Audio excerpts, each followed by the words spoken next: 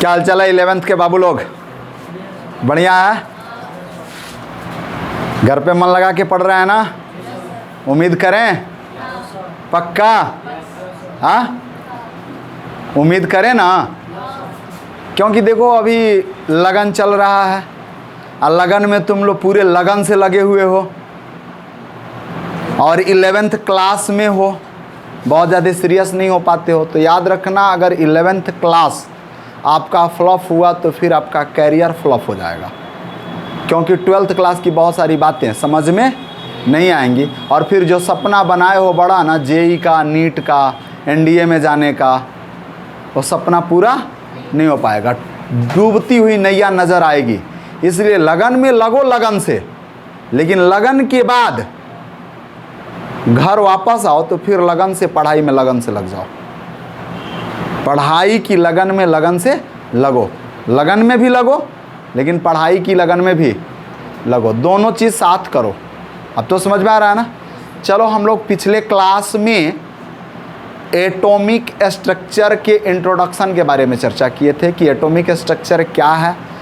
फिर इंडेक्स देखे थे कि उस पूरे इंटायर चैप्टर में हमें क्या क्या पढ़ना है, पूरे चैप्टर में क्या क्या पढ़ना है। क्लियर है? क्या क्या पढ़ना था तो उसका इंडेक्स देखे थे। सबसे पहले हम लोग इंट्रोडक्शन देखे थे कि एटॉमिक स्ट्रक्चर की ज़रूरत क्या पड़ी। फिर हम लोगों ने देखा था कि उपपरमाणविक कण क्या होते हैं, उनका वर्गीकरण कैसे करते हैं। फिर उसी क्रम में हमने देखा था कि एटॉमिक मॉडल की ज़रूरत पड़ी, तो किन किन लोगों ने एटॉमिक मॉडल को प्रस्तुत किया। फिर हमने देखा कि एटॉमिक मॉडल के प्रस्तुत करने में थॉम्सन का परमाणु मॉडल आया, रदरफोर्ड का आया, फिर नीलबोर्स का आया। उसी क्रम में हम लोगों ने परमाणु संख्या और परमाणु द्रव्यमान, एटॉमिक मास और एटॉमिक नंबर को देखा। फिर उसके बाद बढ़े तो सारे चैप्टर्स के प्रत्येक टॉपिक को हमने क्या किया, इंडेक्स में बताया कि इन टॉपिक्स को इस पूरे चैप्टर में पढ़ लेना है। Zero level to hero level, zero level to hero level. आज हम लोग अपना टॉपिक स्टार्ट करते हैं, चैप्टर स्टार्ट करते हैं बिल्कुल जीरो लेवल से। चैप्टर हम लोगों का क्या होगा? एटॉमिक स्ट्रक्चर 11th क्लास का होगा, 11th क्लास का होगा, एटॉमिक स्ट्रक्चर होगा। और कौन सा चैप्टर होगा भाई? Second chapter. कौन सा chapter? Second chapter. Lecture number कौन सा? 2। लेक्चर नंबर कौन सा भाई? 2। सेकंड लेक्चर होगा। फर्स्ट लेक्चर आपको पढ़ना पड़ेगा, जिसमें इंडेक्स बताया गया। क्या बताया गया? इंडेक्स बताया गया है। कुछ बातें उसमें बताई गई हैं जो इस चैप्टर को पढ़ने में काफ़ी मददगार होगा। जो लोग नहीं पढ़े हैं उसका लिंक वीडियो के डिस्क्रिप्शन में डाल दिया जाएगा। और आपसे एक रिक्वेस्ट है, आप लोग चैनल को सब्सक्राइब नहीं करते हो, चैनल को सब्सक्राइब करो, वीडियो को लाइक करो, शेयर करो और कमेंट करना ना भूलो। थोड़ा सा हेल्प कर दो, थोड़ा सा हेल्प कर दो। चलो, इंट्रोडक्शन, सबसे पहला इंट्रोडक्शन देखते हैं। इंट्रोडक्शन में देखना मेरे बाबू सामान्य परिचय कि एटॉमिक स्ट्रक्चर चैप्टर में सबसे बड़ा चीज़ क्या था, तो परमाणु होता क्या है भाई, परमाणु होता क्या है, यह जानकारी बहुत पहले दे दी गई थी, बहुत पहले दे दी गई थी। लगभग 400 BC पूर्व, 400 BC यानी ईसवी पूर्व। BC को क्या कहेंगे? बिफोर क्रिस्ट कहेंगे। BC का मतलब क्या होता है भाई? Before Christ, CREAST। और इस AD को क्या कहेंगे? एनो डोमिनी कहेंगे, एनो डोमिनी कहेंगे।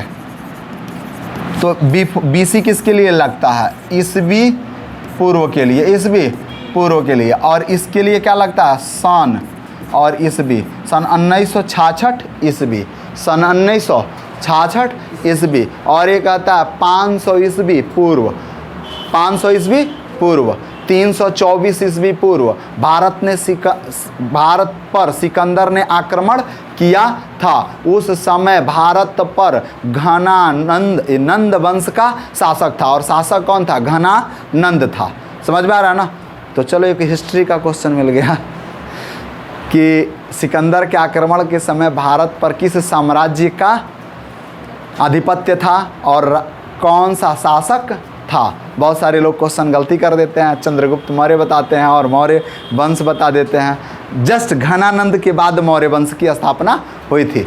नंद वंश का अंतिम शासक घनानंद था। आई एम सॉरी, हमें केमिस्ट्री बतानी है। तो BC पूर्व समझ गए, AC समझ गए, BC समझ गए। तो देखो कहने का अर्थ है कि लगभग 400 ईस्वी पूर्व के करीब विद्वानों जैसे महर्षि कणाद, अरस्तु, विद्वानों जैसे महर्षि कणाद, अरस्तु, ठीक है, प्लेटो इत्यादि का मानना था कि पदार्थ का सबसे अंतिम कण परमाणुस होता है। क्या होता है? परमाणुस। देखोगे परमाणुस होता है। पदार्थ का सबसे अंतिम कण क्या होता है? परमाणुस होता है। ये कौन बताया बाबू?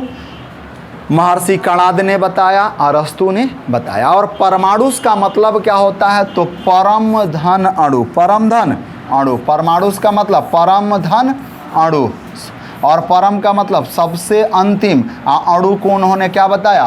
कण बताया, यानी द स्मॉलेस्ट पार्टिकल। अंतिम का मतलब क्या हुआ? स्मॉलेस्ट पार्टिकल, लास्ट पार्टिकल, उसके बाद कोई पार्टिकल नहीं हो, और वह सबसे सूक्ष्मतम होता है, सबसे सूक्ष्मतम होता है। क्रम बदलते गया, समय बदलते गया, इस पर बहुत ज़्यादा चर्चाएं होने लगी। और फिर 1808 ईस्वी में परमाणु शब्द की व्याख्या डाल्टन महोदय ने करी। डाल्टन महोदय ने करी। अब डाल्टन महोदय ने बताया कि परमाणु किसी पदार्थ का सबसे सूक्ष्मतम एवं अविभाज्य कण होता है। परमाणु किसी पदार्थ का सबसे सूक्ष्मतम एवं अविभाज्य कण होता है, जिसे एटम कहा जाता है। यानी किसी पदार्थ का सबसे सूक्ष्मतम और अविभाज्य कण, जिसे क्या कहते हैं हम? एटम कहते हैं। क्या कहते हैं बाबू?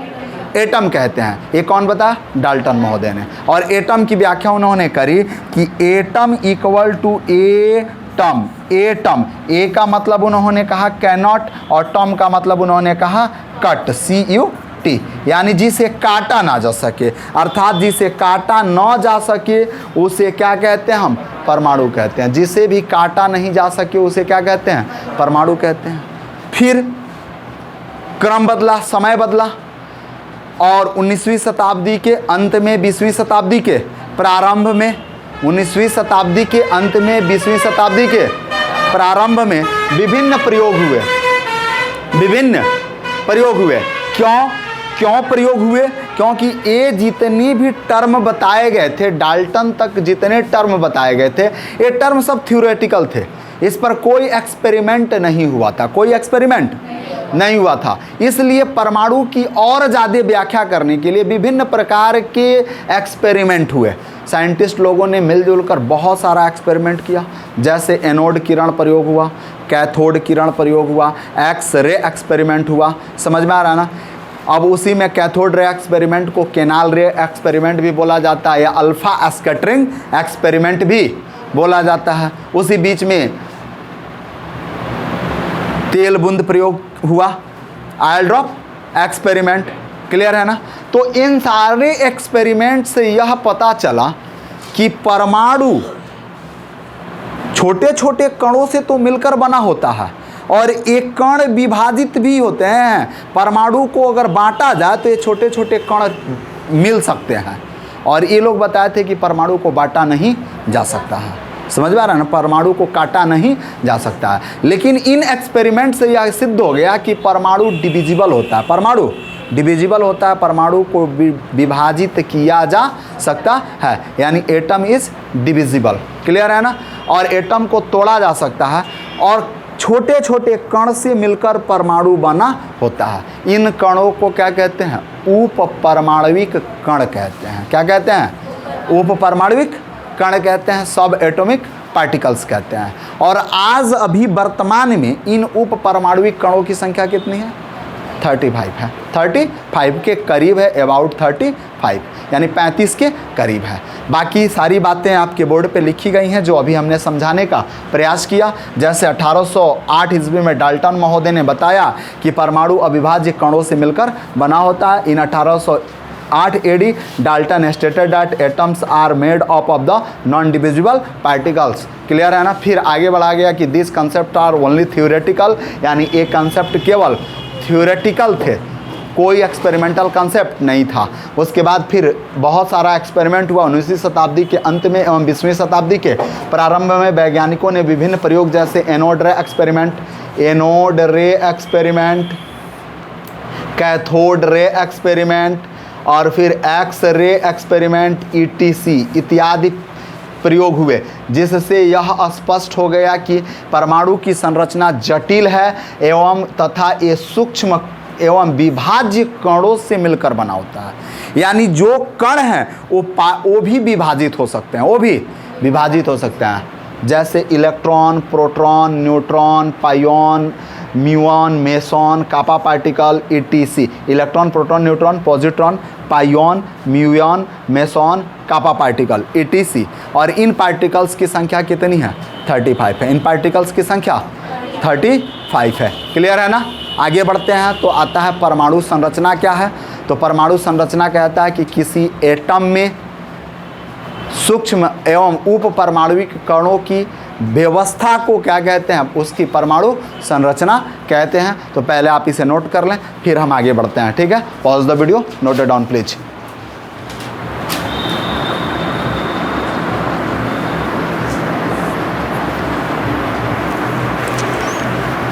चलिए अब आगे बढ़ते हैं। आगे बढ़े? हो गया इतना? चलो अब देखो तो बाबू, अगला टॉपिक क्या है हम लोगों का? परमाणु संरचना। क्या है? परमाणु संरचना। यानी किसी तत्व के परमाणु में ज्ञात उप परमाणुविक कणों की निश्चित व्यवस्था को, कौन सी व्यवस्था को? निश्चित व्यवस्था को क्या कहते हैं? परमाणु संरचना कहते हैं। The systematic arrangement of subatomic particles in atoms of an element भी कर सकते हैं, या in atoms is called atomic structure. यानी सिस्टमेटिक अरेंजमेंट किसका होना चाहिए? सब एटॉमिक पार्टिकल्स का होना चाहिए। अब प्रश्न उठता है कि ये सब एटॉमिक पार्टिकल्स क्या हैं? प्रश्न उठता है ना, सब एटॉमिक पार्टिकल क्या हैं? तो अभी हमने बताया कि एटम जिन छोटे छोटे कणों से मिलकर बना होता है उन्हीं को क्या कहते हैं? सब एटॉमिक पार्टिकल कहते हैं। ये बात समझ में आ रही है ना? सब एटॉमिक पार्टिकल क्या है बाबू लोग? एटम जिस छोटे छोटे विभाज्य कणों से मिलकर बना होता है उसको क्या कहते हैं? सब एटॉमिक पार्टिकल कहते हैं। और सब एटॉमिक पार्टिकल के निश्चित अरेंजमेंट को ही एटॉमिक स्ट्रक्चर कहा जाता है। अब तो समझ में आ रहा है? अब चलो, अब हमें क्या करना है? Classification of subatomic particles करना है। और सब एटॉमिक पार्टिकल का क्लासिफिकेशन थोड़ा सा हम अगले पेज पे कर देते हैं, आप इसे पहले लिख लें। लिख लिए? वीडियो पॉज करिए और फटाक से लिख लीजिए। आगे बढ़े हम लोग। हो गया? अब देखो, सब एटॉमिक पार्टिकल का हम लोग वर्गीकरण कहाँ करेंगे? अगले पेज पर करते हैं, थोड़ा सा यहाँ छोटा हो जाएगा। तो classification of subatomic particles. चलो देखो तो बाबू, classification of subatomic particles.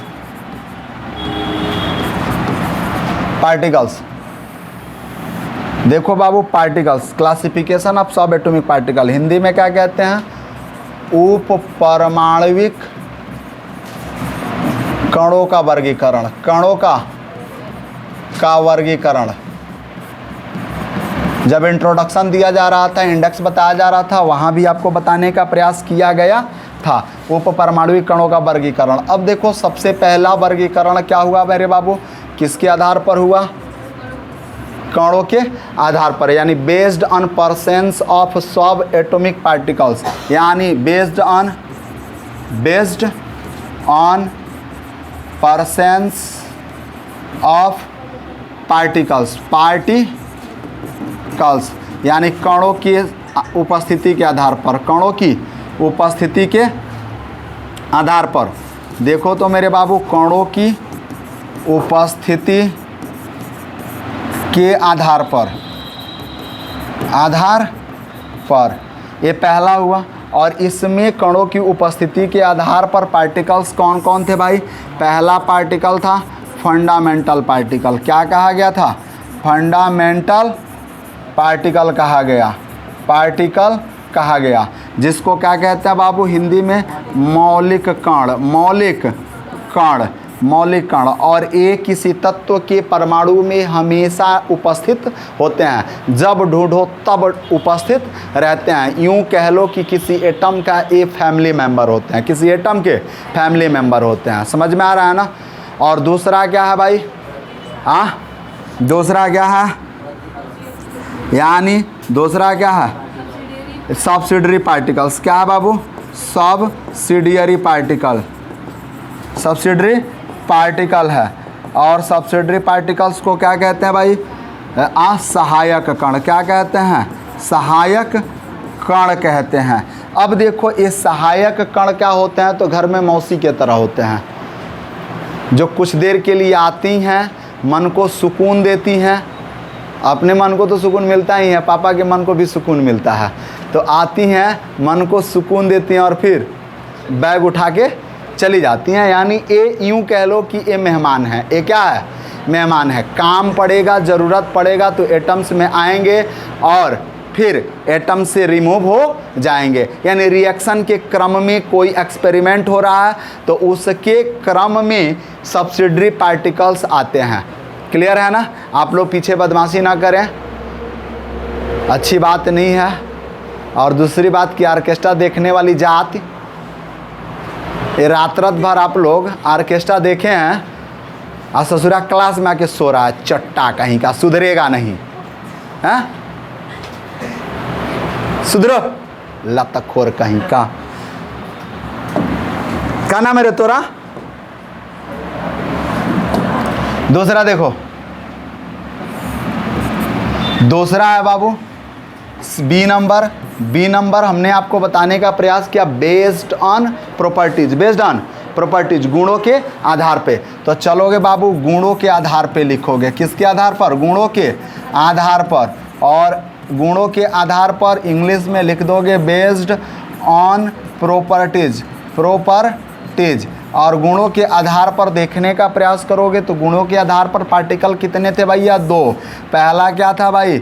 Normal particle. क्या था भाई? Normal particle. क्या था? नॉर्मल पार्टिकल्स था, जिसको क्या कहे थे?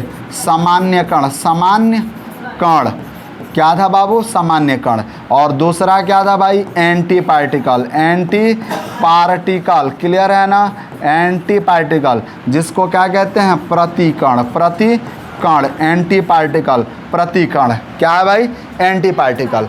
यानी सामान्य कण में क्या आया? इलेक्ट्रॉन, प्रोटॉन, न्यूट्रॉन आया। इलेक्ट्रॉन, प्रोटॉन, न्यूट्रॉन आया। और उसका प्रतिकण यानी इलेक्ट्रॉन का प्रतिकण क्या हुआ? पॉजिट्रॉन हुआ। प्रोटॉन का प्रतिकण क्या हुआ? एंटी प्रोटॉन हुआ। और फिर आगे बढ़ते हैं तो न्यूट्रॉन का प्रतिकण एंटी न्यूट्रॉन हुआ। क्लियर है ना? एंटी न्यूट्रॉन का खोज किसने किया? एडरसन ने किया था। क्लियर है ना?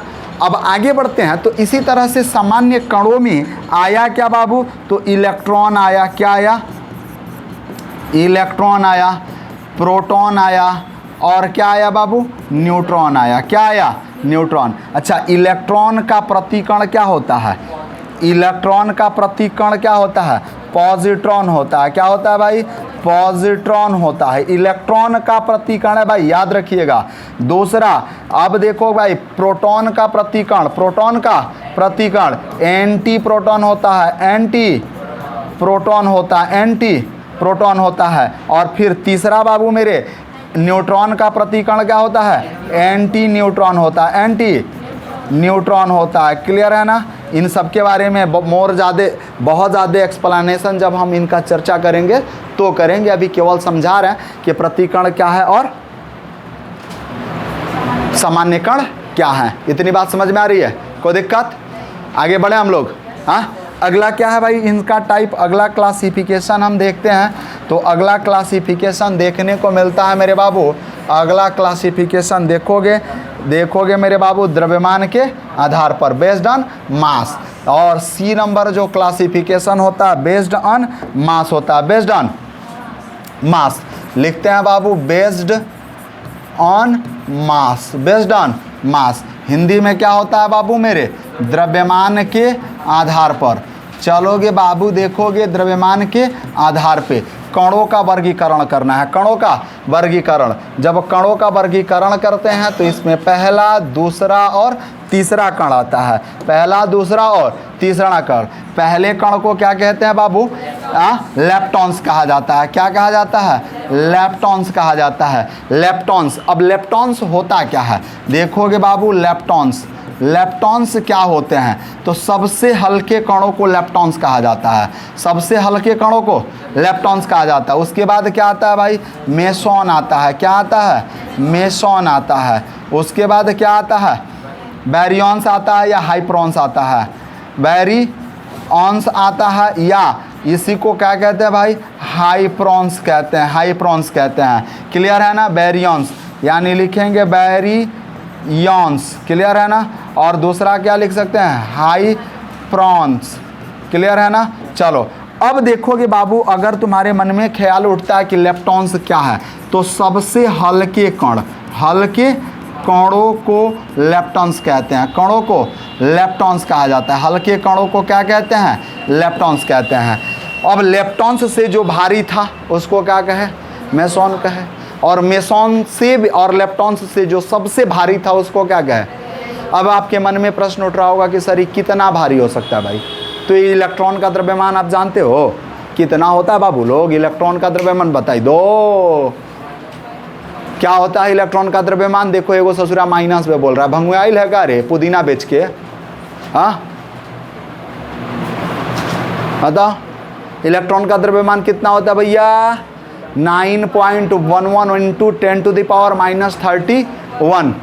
क्लियर है ना? रात भर चट्टा जब तू ऑर्केस्ट्रा में लेला पुदीना करेगा और उसके बाद मैदा फायदा करी,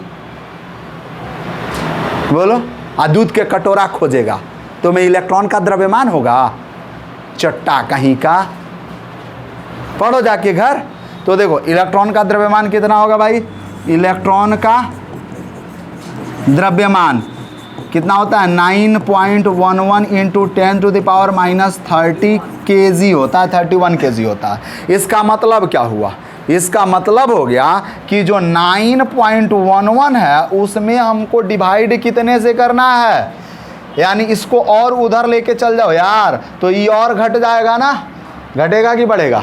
घटेगा। तो घटेगा तो कितना घटेगा? 2 डिजिट तक घट जाएगा। यानी अब इसका मतलब कि अगर हम रखें तो 10 के पावर 31 से क्या करना है? डिवाइड करना है। और इसका मतलब हुआ कि 9.11 और 1 2 2 2 2 2 2 2 कहाँ तक? 31 टाइम्स तक लिखना पड़ेगा। बहुत छोटा हो गया ना? इतना छोटा हो गया ना, इतना छोटा हो गया कि अगर मेरे हाथ पे आ जाए तो पता नहीं चलेगा कि इलेक्ट्रॉन बैठा है कुंडली मार के। समझ में आ रहा है ना? कोई दिक्कत? तो ये हमारे क्या हो गया भाई? Classification of subatomic particles हो गया। अब एक एक करके इन सारे सब एटॉमिक पार्टिकल्स का क्या करेंगे हम लोग? अध्ययन करेंगे, इनका एक्सप्लेनेशन करेंगे। तो सबसे पहले आप इनको लिख लें, वीडियो पॉज करें और लिखें, फिर हम आगे बढ़ते हैं इनके एक्सप्लेनेशन के साथ।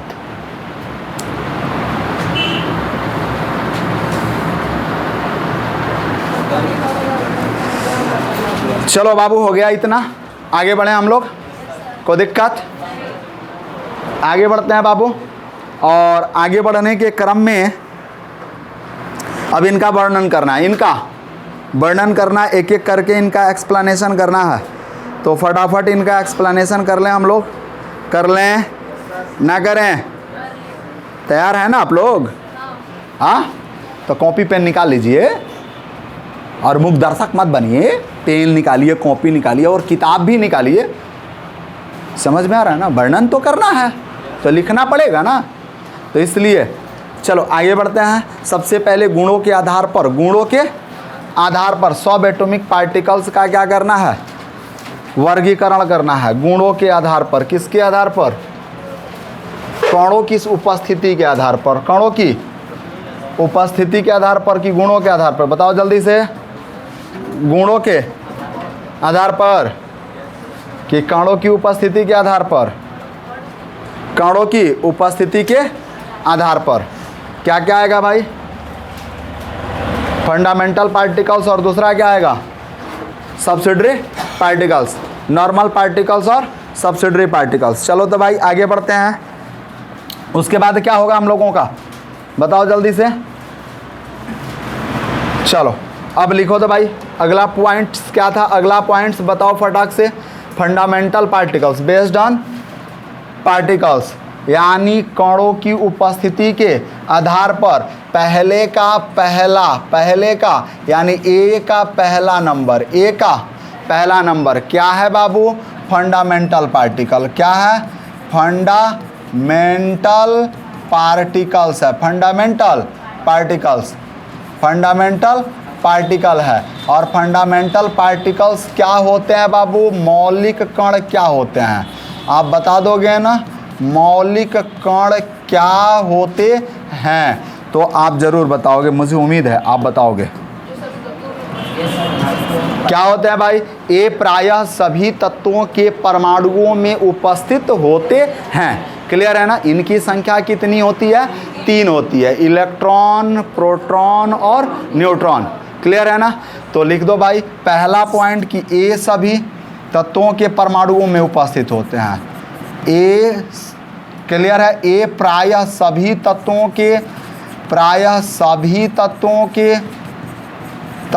के परमाणुओं में उपस्थित होते हैं। परमाणुओं में उपस्थित होते हैं। क्या लिखोगे भाई? These are generally present in all atoms, यानी एटम्स ऑफ ऑल एलिमेंट। लिखोगे दीज आर जनरली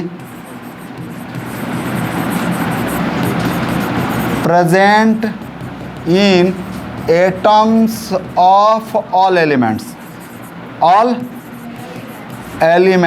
क्लियर है ना? यानी सभी तत्वों के परमाणुओं में उपस्थित होंगे। दूसरा पॉइंट कह रहा है कि इनकी संख्या 3 होती है। इनकी संख्या 3 होती है। इनकी संख्या 3 है। इनकी संख्या 3 है। These are 3। These are 3। कौन कौन है भाई? Neutron, electron. पहला क्या है? इलेक्ट्रॉन है। पहला क्या है? इलेक्ट्रॉन है। यानी इसको क्या लिखते हैं बाबू? इलेक्ट्रॉन। और इलेक्ट्रॉन को किससे डिनोट करते हैं? ई से। दूसरा क्या है? प्रोटॉन है। क्या है बाबू? प्रोटॉन है। प्रोटॉन। क्लियर है ना? प्रोटॉन को पी से। और तीसरा क्या है? तीसरा क्या है भाई? न्यूट्रॉन। तीसरा क्या है? न्यूट्रॉन। इलेक्ट्रॉन, प्रोटॉन और न्यूट्रॉन है। चलो भाई तीसरा देखोगे तो न्यूट्रॉन होता है। क्या होता है भाई? न्यूट्रॉन होता है। न्यूट्रॉन यानी इसको क्या कहते हैं? Neutron.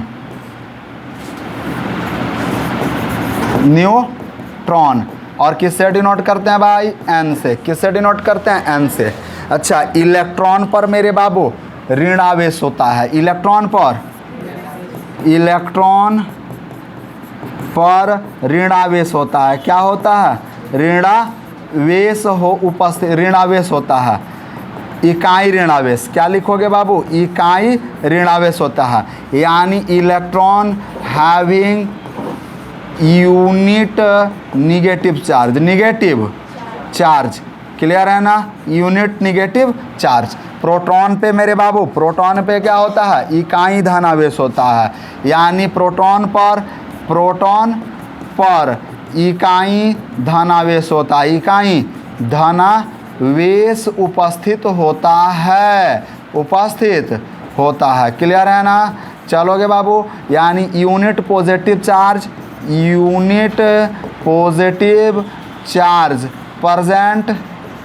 present at proton. Clear है ना? यूनिट पॉजिटिव चार्ज कहाँ होता है? प्रोटॉन पे होता है। क्लियर है? और फिर न्यूट्रॉन क्या होता है भाई? उदासीन होता है। यानी इस पर कोई चार्ज नहीं होता है। इस पर कोई आवेश नहीं होता है। There is no any charge on neutron. There is no any charge on neutron. यानी इस पर कोई आवेश नहीं होता। फिर एक बात कहता है भाई, याद रखना कि मौलिक कण ही किसी तत्व के गुणों का निर्धारण करते हैं। समझ में आ रहा है ना। यानी fundamental particles are determine the properties of an element यानी मौलिक कणों के द्वारा ही किसी तत्व के गुणों का निर्धारण होता है। तो अगला पॉइंट हम लोग लिखेंगे कि मौलिक कणों के द्वारा ही, देखोगे मेरे बाबू, मौलिक कणों के द्वारा ही किसी तत्व के गुणों का, यानी तत्व के गुणों का निर्धारण होता है, गुणों का निर्धारण होता है। यानी इसका मतलब क्या हुआ कि fundamental particles are decide the properties of an element. Fundamental particles are decide the properties of an element. तो लिख देंगे बाबू मेरे कि fundamental particles are decide the properties of an element, यानी इसके गुणों का निर्धारण करेंगे। अगला पॉइंट कहता बाबू कि देखना, सबसे बड़ा चीज़ देखना कि हाइड्रोजन एक ऐसा तत्व होता है जिसके नाभिक में न्यूट्रॉन नहीं पाया जाता है, जिसके नाभिक में न्यूट्रॉन नहीं पाया जाता है। अपवाद में लिख लेंगे और याद भी कर लेंगे इसको, याद और अपवाद एक्सेप्शन होता है EXCEPTION कि हाइड्रोजन क्लियर है ना। हाइड्रोजन एक ऐसा तत्व है जिसके नाभिक में न्यूट्रॉन नहीं पाया जाता है, न्यूट्रॉन नहीं पाया जाता है। क्लियर है ना। Hydrogen in one of the element having no neutron in the nucleus. Clear है ना। तो क्या लिखेंगे, हाइड्रोजन क्लियर है ना, is one of the element, हो गया ना, which have not neutron clear है ना, इन देयर न्यूक्लियस, क्लियर है ना। यानी हाइड्रोजन के नाभिक में न्यूट्रॉन नहीं होता है, तो क्या होगा, तो केवल प्रोटॉन होगा और इलेक्ट्रॉन होगा, केवल प्रोटॉन होगा और इलेक्ट्रॉन होगा। क्लियर है ना, इतनी बात समझ में आई। चलिए, यानी पहले का पहला ए का हमने पहला पढ़ लिया। अब इसका दूसरा क्या था भाई, सब्सिडरी पार्टिकल्स। क्या था, सब्सिडरी पार्टिकल्स। तो इसको नोट कर लें और सब्सिडरी पार्टिकल्स के बारे में हम लोग जानकारी लेते हैं। जल्दी से नोट करें, हो गया नोट। आगे बढ़े हम लोग। अगला क्या है भाई, अब सब्सिडरी पार्टिकल्स। क्या है, सब्सिडरी पार्टिकल। तो चलो आगे बढ़ते हैं अब हम लोग। तो सब्सिडरी पार्टिकल्स, चलो सब्सिडरी पार्टिकल्स हेडिंग क्या डालोगे बाबू, सब्सिडियरी पार्टिकल्स। यानी ए का सेकंड नंबर क्या है भाई, सब्सिडियरी पार्टिकल्स। सहायक कण क्या है भाई, सहायक कण। असहायक कण, सहायक कण क्या होता है, तो कहता है कि ये कण अस्थाई होते हैं, यानी दिज पार्टिकल्स आर अनस्टेबल, ये कण अस्थाई होते हैं। पहली बात हो गई, क्लियर है ना। और हमेशा तत्व के परमाणु में उपस्थित नहीं होते हैं। तो लिखेंगे मेरे बाबू, एक कण अस्थाई होते हैं, एक कण अस्थाई होते हैं तथा हमेशा तत्व के परमाणु में उपस्थित नहीं होते हैं, उपस्थित नहीं होते हैं। ये कण अस्थाई होते हैं, यानी these particles are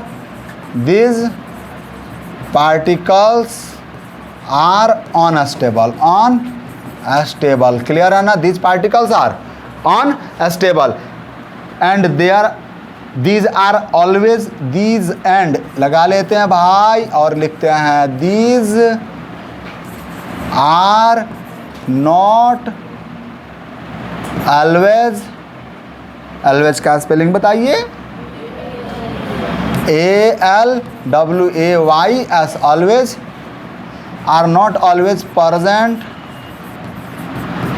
in the atom, in the atom, यानी हमेशा एटम में प्रेजेंट नहीं होते हैं, यानी in the element of atoms of element, या एटम डायरेक्ट लिख लेंगे, कोई दिक्कत नहीं है, कोई दिक्कत। चलो अब ये कौन कौन से होते हैं भाई? इनके द्वारा तत्व के किसी भी गुण का निर्धारण नहीं होता है, यानी अब कहता है कि इन कणों के द्वारा, इन कणों के द्वारा तत्व के गुणों का निर्धारण नहीं होता है, क्लियर है ना? इनके द्वारा तत्व के गुणों का निर्धारण नहीं होता है, यानी these particles are not decide the properties of an element, यानी एक किसी तत्व के गुणों का निर्धारण नहीं करते हैं। एग्जाम्पल में क्या क्या लिखोगे मेरे बाबू? क्या लिखोगे? म्यूऑन, क्लियर है ना? पाइऑन, उसके बाद से मेसॉन, उसके बाद से कापा पार्टिकल्स, उसके बाद क्या लिखोगे? कापा पार्टिकल्स। मैथ का क्लास चलेगा आज? पढ़िएगा मैथ? हाँ, मंडे से।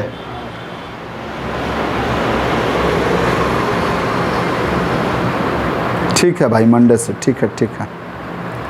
चलिए हम सर को बोल दे रहे हैं मंडे से।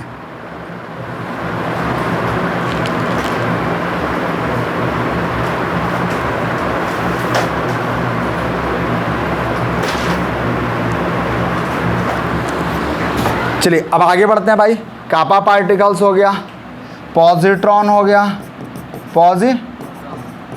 गया, एंटी प्रोटॉन हो गया, एटीसी कर लें भाई, एटीसी हो गया, कोई दिक्कत? गामा रे, डेल्टा रे, सब कुछ इसी में आएगा, एक्सरे, कोई दिक्कत नहीं है। ऐसा पार्टिकल्स होते हैं और ये सब्सिडरी पार्टिकल्स हो गए। अगला क्या है हम लोगों का टॉपिक बाबू? फटाफट बता दो। देखो पहले का पहला हमने पढ़ लिया, यानी पहले का ख़त्म किया। दूसरे में आते हैं गुणों के आधार पर सामान्य कण और प्रतिकण, सामान्य कण और प्रतिकण। तो जो अभी हमने लिखा उसको लिखने का आप प्रयास करें। पहले इसको लिखें, जल्दी से लिखें, फटाफट लिखें, जल्दी से लिखें, फटाफट लिखें। हो गया बाबू लोग? आगे बढ़ें। हो गया? चलिए आगे बढ़ते हैं। नहीं छोड़ दो, बदमाशी नहीं करते हैं यार। चलो अगला क्या है भाई? अगला दूसरा बी नंबर देख लो भैया, बी नंबर। तो बी नंबर गुणों के आधार पर, यानी बेस्ड ऑन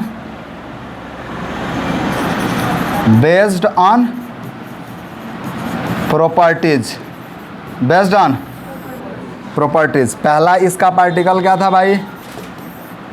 पहला क्या था? Normal particle. दूसरा क्या था? Anti particle. पहला क्या है भाई? Normal particles.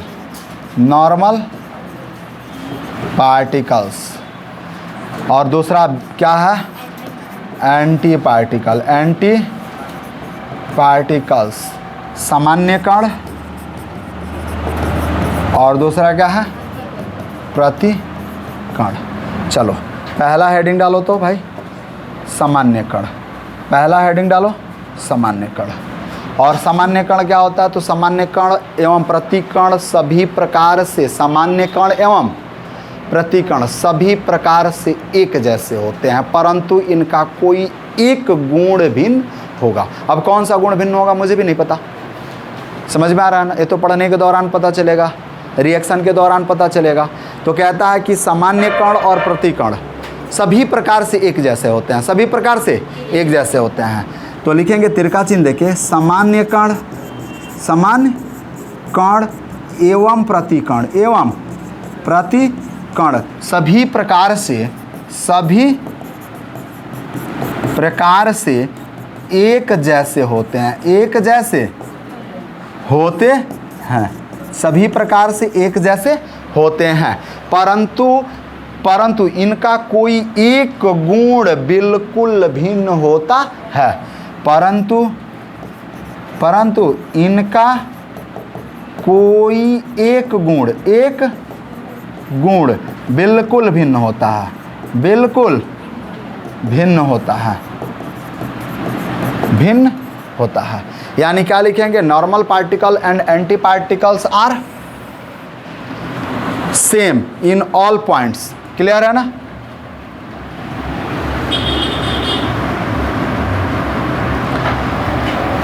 चलिए भाई इंग्लिश लिखिए तो, normal particle,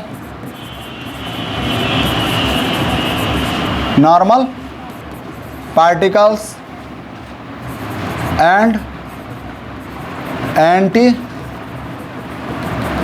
particles are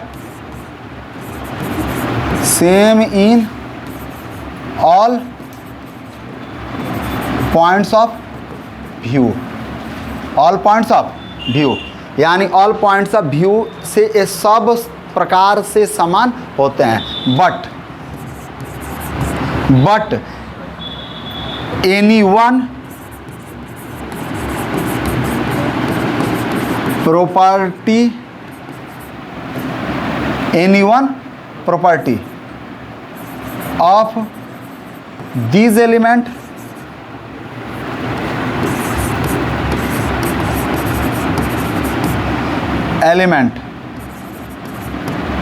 having different,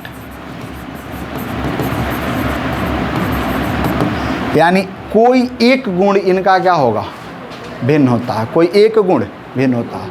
अब नॉर्मल पार्टिकल क्या हैं और एंटी पार्टिकल क्या हैं, इनके लिए हम थोड़ा सा चर्चा कर लें। नॉर्मल पार्टिकल और एंटी पार्टिकल, नॉर्मल पार्टिकल और एंटी पार्टिकल। तो थोड़ा सा एक बात याद रखना भाई, याद रखना एक चीज़, थोड़ा सा लिख देते हैं, उसके बाद नॉर्मल पार्टिकल और एंटी पार्टिकल की चर्चा करते हैं।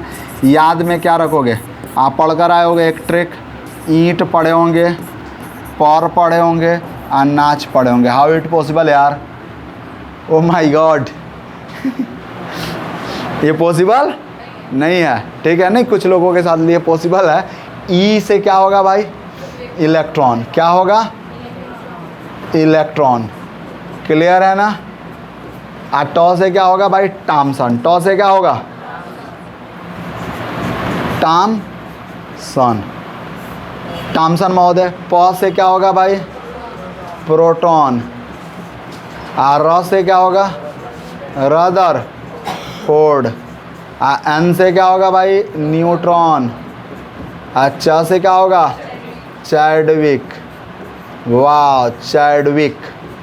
यानी electron proton neutron, electron proton neutron, यानी ईंट पर नाच। तो ई से क्या हुआ? इलेक्ट्रॉन।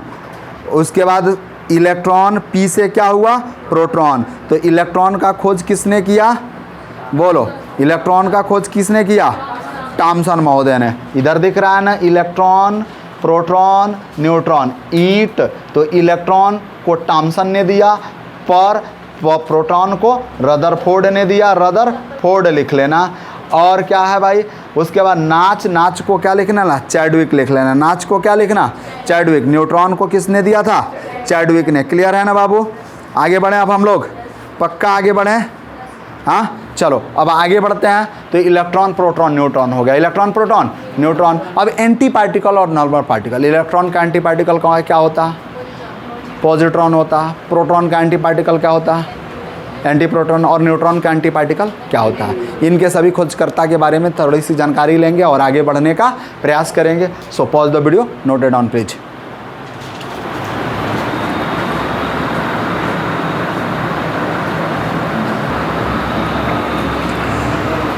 चलो भाई, हो गया इतना, अब आगे बढ़े हम लोग। तो थोड़ा सा जानने का प्रयास करेंगे। अच्छा, इधर आपको इलेक्ट्रॉन लिखे हैं, ई से इलेक्ट्रॉन, टी से थॉम्सन लिखे हैं, पी से प्रोटॉन लिखे हैं, आर से र से रदरफोर्ड लिखे हैं, एन से नाच, ना से न्यूट्रॉन लिखे हैं, और चौ से चैडविक लिखे हैं। ये आप लोग लिख लेना, थोड़ा साफ साफ नहीं लिखे हैं, कोई बात नहीं, हम क्षमा प्रार्थी हैं इसके लिए। आगे बढ़ें। आप अच्छा साफ नहीं लिखे हैं, इसका कारण देखो, छोड़ो आगे बढ़ते हैं बाबू। अब देखो तो सबसे पहले एंटी पार्टिकल के कंसेप्ट को कौन दिया था भाई? एंटी पार्टिकल के कंसेप्ट को कौन दिया था? डिरैक ने। कौन दिया था? डिरैक। तो नोट बना के लिखोगे कि एंटी पार्टिकल के कंसेप्ट को, नोट लिखोगे भाई एंटी पार्टिकल, हो गया। और इसको क्या लिखोगे? प्रतिकण के कंसेप्ट को डिरैक ने, नाम क्या है? DIRAC। कौन से सन में मेरे बाबू? तो 1927 ईस्वी में प्रस्तुत किया। कौन प्रस्तुत किया भाई? डिरैक ने। The concept was anti-particle given by Dirac in 1927। Clear है ना? तो लिखेंगे भैया the concept of anti particles was given by Dirac. Clear है ना? इन 1927। अब मेरे बाबू देखना, सबसे पहले इधर हम हेडिंग डालेंगे भैया नॉर्मल पार्टिकल। क्या डालेंगे? Normal particle. इधर हेडिंग डालेंगे नॉर्मल पार्टिकल्स। क्लियर है ना? और इधर हम लोग हेडिंग डालेंगे एंटी पार्टिकल्स। क्या हेडिंग डालेंगे? एंटी पार्टिकल्स, नॉर्मल पार्टिकल्स और एंटी पार्टिकल्स, यानी प्रतीक सामान्य कण। और इधर क्या हेडिंग डालेंगे? प्रतिकण हेडिंग डालेंगे। सामान्य कण और प्रतिकण, इन दोनों का बंटवारा करेंगे। अब देखो भाई, सबसे पहला जो हमारा पॉइंट होगा, देखना दोनों में अंतर बता रहे हैं। पहला, नॉर्मल पार्टिकल अगर हम किसको लेते हैं? इलेक्ट्रॉन को। किसको लेते हैं? इलेक्ट्रॉन का। तो खोज किसने किया था इसका भाई? इलेक्ट्रॉन का खोज किसने किया था? जे थॉम्सन ने। जे थॉम्सन ने कौन से सन में किया था? 1897 ईस्वी में। इलेक्ट्रॉन का खोज किसने किया? जे थॉम्सन ने। कौन से सन में भाई? 1897 में। उसी तरह से हम बात करें इसका एंटी पार्टिकल क्या होता है? इलेक्ट्रॉन का एंटी पार्टिकल तो क्या होता है भाई? पॉजिट्रॉन होता है। पॉजिट्रॉन होता है। और पॉजिट्रॉन का खोज किसने किया था भाई? एडरसन ने। किसने किया था? एडरसन ने। कौन से सन में? 1932 ईस्वी में। 1932 ईस्वी में। क्लियर है ना? एडरसन ने खोज किया था। अगला पॉइंट हमारा बढ़ता है भाई मेरे, तो अगला पॉइंट हम करते क्या हैं? दूसरा करते हैं। हम क्या पढ़ कर आए हैं भाई? प्रोटॉन। प्रोटॉन के खोजकर्ता कौन है? रदरफोर्ड। कौन है भाई? रदरफोर्ड ने। कब किया था भाई? 1889 ईस्वी में। अब देखोगे भाई रदरफोर्ड, क्या लिखेंगे? रदरफोर्ड। क्लियर है ना? कोई दिक्कत? रदरफोर्ड। Any problem? ऐसे ही कल के पिछले क्लास में एक दिन हम किसी से पूछे कि बबुआ प्रोटॉन का खोजकर्ता कौन है, तो कह रहा रगड़ के फाड़ दे। हमने कहा हमने सोचा कि हमने चुंबकीय गुणों के बारे में नहीं पूछा कि कौन खोज किया, नहीं तो कहता मार के फाड़ दे। मैंने बच्चे भी काफ़ी खतरनाक हो गए हैं, एक को कहते हैं रगड़ के फाड़ दे, दूसरे को कहते हैं मार के फाड़ दे। चलो ऐसे ऐसे बच्चे कहाँ से आते हैं। अब देखो प्रोटॉन का एंटी पार्टिकल क्या है भाई, प्रोटॉन का एंटी पार्टिकल क्या है, एंटी प्रोटॉन। क्या है भाई, एंटी प्रोटॉन। कलर दिख रहा है, एंटी प्रोटॉन। और एंटी प्रोटॉन के खोजकर्ता कौन है, बोलोगे बाबू, Serge and Chamberlain, SERGE, Serge and Chamberlain. Chamberlain का स्पेलिंग बोलिए, CHAMBERLANE, चैम्बरलेन ने कौन से सन में किए थे, 1955 ईस्वी में, 1955 ईस्वी में। सर्ज एंड चैम्बरलेन आप लिख लेंगे भाई, सर्ज एंड चैम्बरलेन, चैम्बरलेन ने किया था। ठीक है, चलो चैम्बर प्लेन नहीं लिख लेना यार, ये रहा है, ठीक है ना। चलो आगे बढ़ते हैं मेरे बाबू। अगला कंसेप्ट मेरे मन में आता है कि तीसरा क्या है भाई, न्यूट्रॉन। क्या है, न्यूट्रॉन। न्यूट्रॉन का खोज किसने किया था भाई, चैडविक ने,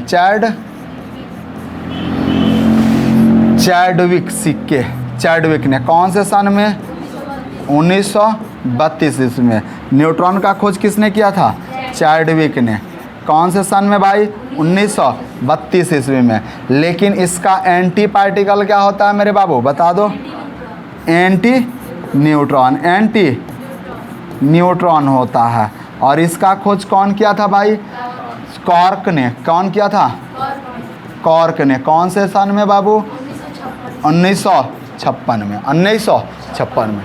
तो ये नॉर्मल पार्टिकल रहे और नॉर्मल पार्टिकल का ये क्या रहा, एंटी पार्टिकल। इनके कंसेप्ट को आपने बखूबी समझने का प्रयास किया। और भी बहुत सारे कण होते हैं, समझ में आ रहा है ना, तो उनकी चर्चा अभी हम नहीं कर रहे हैं। बस 3 हमने लिया, सामान्य कण, और 3 लिया प्रतिकण।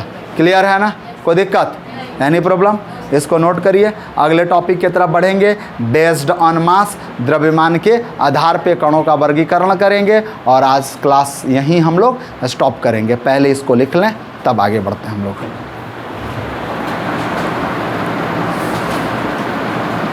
हो गया बाबू लोग, आगे बढ़ें। चलिए आगे बढ़ते हैं हम लोग, फटाफट आगे बढ़ते हैं। तो अगला कंसेप्ट हम लोगों का क्या आता है, बेस्ड ऑन मास, गुणों के द्रव्यमान के आधार पे। तो अगला लिखेंगे भाई, बेस्ड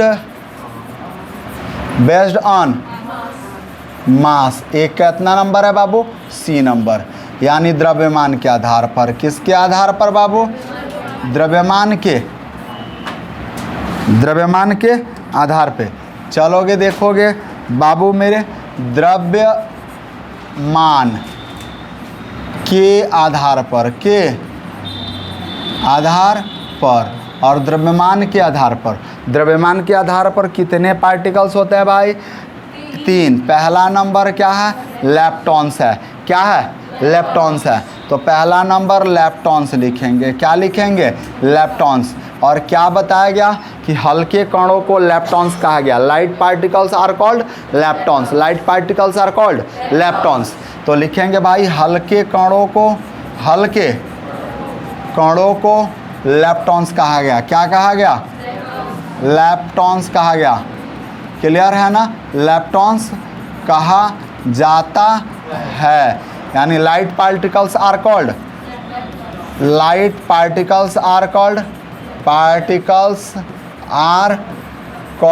लेप्टॉन्स। क्या कहते हैं भाई, leptons. Light particles are called leptons. जैसे एग्जाम्पल में क्या क्या लिख सकते हो मेरे बाबू, फटाफट में फोटोन लिख सकते हो। क्या लिख सकते हो, फोटोन। उसके बाद से क्या लिखोगे भाई, इलेक्ट्रॉन लिखोगे। क्या लिखोगे, इलेक्ट्रॉन। उसके बाद से क्या लिखोगे, न्यूट्रॉन लिखोगे, न्यूट्रिनो लिखोगे, नॉट न्यूट्रॉन। क्या लिखोगे, न्यूट्रिनो। उसके बाद से क्या लिखोगे? Gamma particle. क्या लिखोगे? गामा पार्टिकल्स, ETC लिखोगे। क्लियर है ना? बहुत सारे हो गए। अगला हम लोग क्या कंसेप्ट पढ़े हैं भाई? सेकंड नंबर क्या है? ये पहला हो गया ना भाई। दूसरा क्या हो गया? मेसॉन। क्या हो गया भाई? मेसॉन। यानी हिंदी में क्या लिखेंगे? मेसॉन लिखेंगे। और क्या बताया गया भाई? हाँ, मेसॉन मध्यम द्रव्यमान वाले कणों को क्या कहा गया?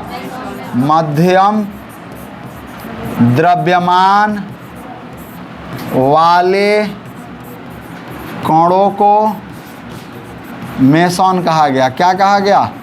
मेसॉन कहा गया। मध्यम द्रव्यमान वाले कणों को मेसॉन कहा गया। अब मध्यम का मतलब क्या होगा भाई? जो बोलो, meson are that particle having mass, having यानी mesons are that particles having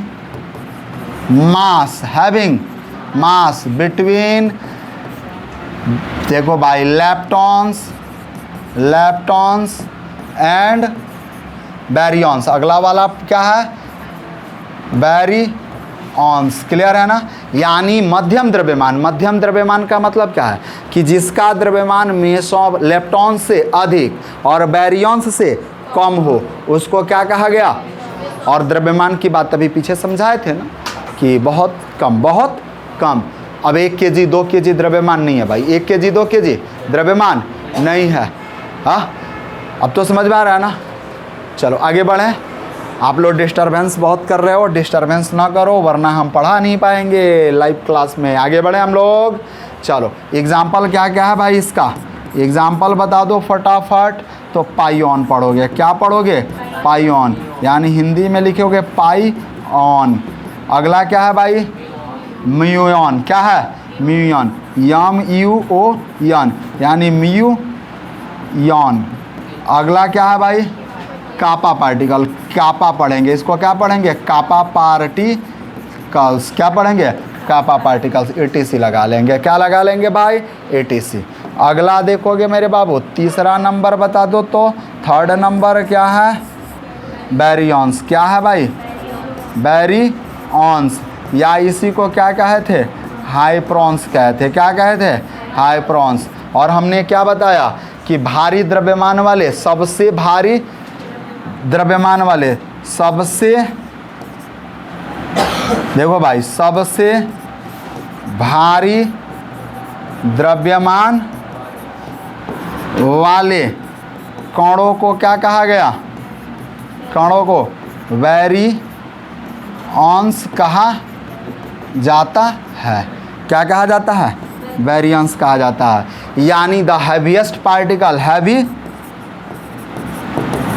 heaviest particles are called baryons. Clear है ना? एग्जाम्पल में क्या लिखोगे? प्रोटॉन। क्या लिखोगे? उसके बाद से क्या लिखोगे? न्यूट्रॉन। उसके बाद से क्या लिखोगे? ड्यूट्रॉन। उसके बाद से क्या लिखोगे? एक्स हाइप्रॉन्स। उसके बाद से लैम्डा पार्टिकल। क्या लिखोगे? Lambda particles. क्लियर है ना? उसके बाद से क्या लिखोगे? Beta particles. उसके बाद से क्या लिखोगे? Alpha particles. ETC। क्या? ETC क्या है बाबू? कुछ कह रहे हैं क्या पीछे से? ETC। अब तो समझ में आ रहा? तो ये हमने द्रव्यमान के आधार पर कणों का क्या किया? वर्गीकरण किया। क्लियर है ना?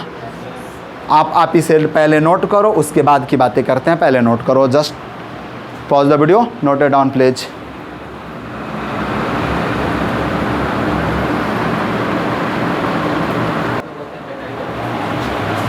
चलो आगे बढ़े हम लोग। तो ये चीज़ें हम लोगों ने आज क्या क्या पढ़ी, फटाफट मेरे साथ रिवाइज कर लो। अपने कॉपी को उलाट के फटाफट जो आपने लिखा उसको रिवाइज करो। क्या क्या पढ़ा आज? सबसे पहले तो आपने इंट्रोडक्शन पढ़ा, बताते चलो मुझे, बोलते चलो इंट्रोडक्शन में क्या क्या पढ़ा। यानी कि सबसे पहले एटम के कंसेप्ट को कौन दिया था? महर्षि कणाद ने दिया था। एटम के कंसेप्ट को कौन दिया था? महर्षि कणाद ने दिया था। एटम के कंसेप्ट को कौन दिया था बाबू? महर्षि कणाद ने दिया था। क्लियर है ना? एटम्स के कंसेप्ट को कौन दिया? महर्षि कणाद ने। और क्या बताया कि पदार्थ के सबसे सूक्ष्मतम कण को क्या कहते हैं? परमाणु कहते हैं। पदार्थ के सबसे सूक्ष्मतम कण को परमाणु कहते हैं। पदार्थ के सबसे सूक्ष्मतम कण को परमाणु कहते हैं। इतनी बात समझ में आ रही है? पक्का? पदार्थ के सबसे सूक्ष्मतम कण को परमाणु कहते हैं। कोई दिक्कत नहीं ना है? उसके बाद क्या क्या आया? फटाफट देख लो यार, इधर से तुम लोग नहीं बोल रहे हो, एक ही बात को हम रटेंगे। अरे बहुत ज़्यादा पढ़ लिया आज तो रे। देखो यहाँ से महर्षि कणाद ने बताया कि पदार्थ सबसे छोटे कणों से मिलकर बना होता है। अंतिम कण को क्या कहते हैं? परमाणु कहते हैं। उसके बाद डाल्टन बाबा ने बताया कि परमाणु विभाजित नहीं होता, विभाजित नहीं होता। ये सब कॉन्सेप्ट क्या था? थ्योरेटिकल था।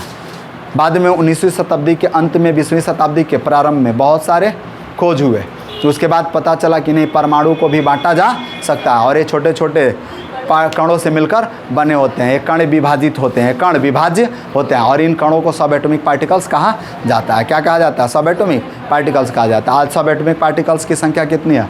35 है। कितनी है? 35 है। क्लियर है? आगे बढ़े थे मेरे बाबू, तो अगला हम लोगों को कंसेप्ट मिला था कि परमाणु संरचना क्या है।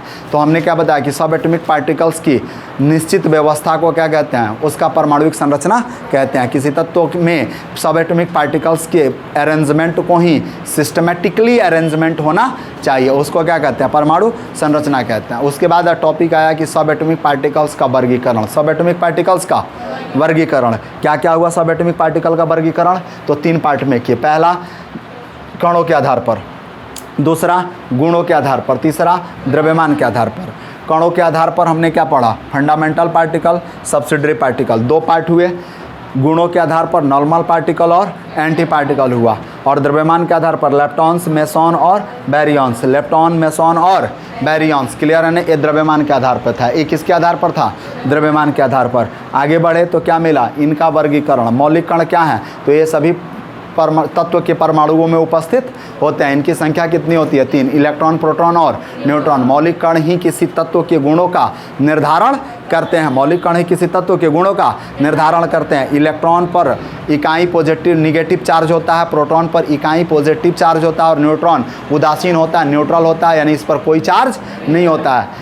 कोई चार्ज नहीं होता। आगे पढ़े कि मौलिक कणों द्वारा ही किसी तत्व के गुणों का निर्धारण होता है। फिर एक बात हमने याद में कहा कि याद कर लीजिएगा कि हाइड्रोजन एक ऐसा तत्व है जिसके नाभिक में न्यूट्रॉन नहीं पाया जाता। Hydrogen is only one element having not a neutron in their nucleus. Clear है ना? अगला हम लोग क्या पढ़े थे फिर आगे? अब आगे पढ़े तो सब्सिडरी पार्टिकल्स क्या होता है? तो ये अस्थायी होते हैं तथा ये हमेशा तत्व के परमाणु में उपस्थित नहीं होते हैं। These particles are unstable and always not present in the atoms of an element, यानी ये हमेशा उपस्थित नहीं होते हैं। फिर इन कणों द्वारा तत्वों के गुणों का कोई निर्धारण नहीं होता, कोई गुण पता नहीं चलता है। फिर आगे हम लोग पढ़े कि गुणों के आधार पर बी नंबर, और बी नंबर में नॉर्मल पार्टिकल्स आया और प्रतिकण आया। और हमने बताया कि जो नॉर्मल पार्टिकल और एंटी पार्टिकल होते हैं ये सभी प्रकार से एक समान होते हैं, सभी प्रकार से एक समान होते हैं, लेकिन इनका कोई ना कोई गुण भिन्न होता है। और फिर हमने बताया ईंट पर नाच, ईंट पर नाच। तो ईंट, ई से क्या लिखा हमने? इलेक्ट्रॉन। और ट से क्या लिखा हमने? थॉमसन। प से क्या लिखा? प्रोटॉन। र से क्या लिखा? रदरफोर्ड। और नाच, नौ से क्या लिखा? न्यूट्रॉन। और च से क्या लिखा? चैडविक। ये इलेक्ट्रॉन, प्रोटॉन, न्यूट्रॉन के खोजकर्ता हो गए। आगे बढ़ते हैं मेरे बाबू। तो अगला क्या आया कि एंटी पार्टिकल और एंटी पार्टिकल के कंसेप्ट को कौन प्रस्तुत किया भाई? तो डीरैक ने। कौन प्रस्तुत किया? डीरैक ने प्रस्तुत किया। एंटी पार्टिकल और नॉर्मल पार्टिकल में हमने कुछ अंतर बताने का प्रयास किया कि नॉर्मल पार्टिकल इलेक्ट्रॉन होता है और इसका एंटी पार्टिकल क्या होता है? पॉजिट्रॉन होता है। फिर नॉर्मल पार्टिकल प्रोटॉन होता है, इसका एंटी पार्टिकल क्या होता है? एंटी प्रोटॉन होता है। इलेक्ट्रॉन के खोजकर्ता रदरफोर्ड। और एंटी प्रोटॉन का खोज करता? Sergeant Chamberlain, sergeant Chamberlain. Clear है ना? आगे बढ़ते हैं मेरे बाबू। तो अगला क्या है भाई? एक फिर नॉर्मल पार्टिकल न्यूट्रॉन पढ़ा। न्यूट्रॉन का एंटी पार्टिकल क्या है? एंटी न्यूट्रॉन, जिसको क्या कहते हैं भाई? जिसके खोज करता कॉर्क, और न्यूट्रॉन के खोज करता चैडविक महोदय। कौन है भाई? CHADWICK, चैडविक है। कौन है भाई? चैडविक। इसके बाद हम लोग आगे बढ़े, तो आगे बढ़ने पर आया क्या? गुणों के आधार पर। किसके आधार पर बाबू? गुणों के आधार, द्रव्यमान के आधार पर। किसके आधार पर? द्रव्यमान के आधार पर। और द्रव्यमान के आधार पर पहले क्या आया? लेप्टॉन्स, फिर क्या आया? मेसॉन, फिर क्या आया? बैरियन और हाइप्रॉन्स। हल्के कणों को क्या कहा गया? लेप्टॉन्स। और लेप्टॉन्स से भारी कणों को क्या कहा गया? और मेसॉन से भारी, लेप्टॉन्स और मेसॉन से भी भारी कणों को क्या कहा गया? बैरियंस। क्लियर है ना? अच्छा, इनका द्रव्यमान कितना होगा? बहुत कम, बहुत कम, बहुत कम होगा। समझ में आ रहा है ना? सबसे भारी कण है प्रोटॉन। सबसे भारी कण क्या है? प्रोटॉन। और प्रोटॉन का द्रव्यमान कितना होता है मेरे बाबू लोग? जल्दी से बता दीजिए, प्रोटॉन का द्रव्यमान कितना होता है? प्रोटॉन का द्रव्यमान क्या होता है? 6 पॉइंट, जल्दी बोलिए, 6.67 इंटू 10⁻⁻24 kg क्या होता है? बताइए, प्रोटॉन का द्रव्यमान कितना होता है? 6.67 इंटू 10⁻⁻24 kg। देख लो, ये सबसे भारी है, ये सबसे। इसका मतलब क्या है कि 6.67 में कितना से भाग देना है? 10 के पावर 24 से। इसका मतलब क्या होगा? 6.67 अपन कितना करोगे? 10 का पावर 24, यानी 10 गुणे 10 गुणे गुणे गुणे गुणे गुणे कितना बार? 24 बार लिखना पड़ेगा। ओ माय गॉड, बहुत छोटा हुआ ना? बहुत छोटा हुआ कि नहीं हुआ? इतना छोटा हो गया कि जिसकी कल्पना हम नहीं कर सकते हैं। इतना बात समझ में आया? अगले क्लास में हम लोग क्या पढ़ने वाले हैं? Discovery and study of neutron, या study and discovery of neutron, study and discovery of proton. अगले क्लास में पढ़ेंगे study and discovery of neutron. ये 3 टॉपिक्स अगले क्लास में कवर किए जाएंगे। तब तक के लिए अच्छा, आई एम सॉरी, ये 1.6 होगा ना? 1.67, ये मिस्टेक हो गया भाई, 1.67। हाँ, केजी ही है, 1.67। I am sorry. अब चलो, आज के क्लास में सिर्फ इतना ही, आज के क्लास में सिर्फ इतना ही। तब तक के लिए आप हंसते रहें, मुस्कुराते रहें और यूँ PCM क्लासेस में पढ़ने आते रहें। जय हिंद, जय भारत।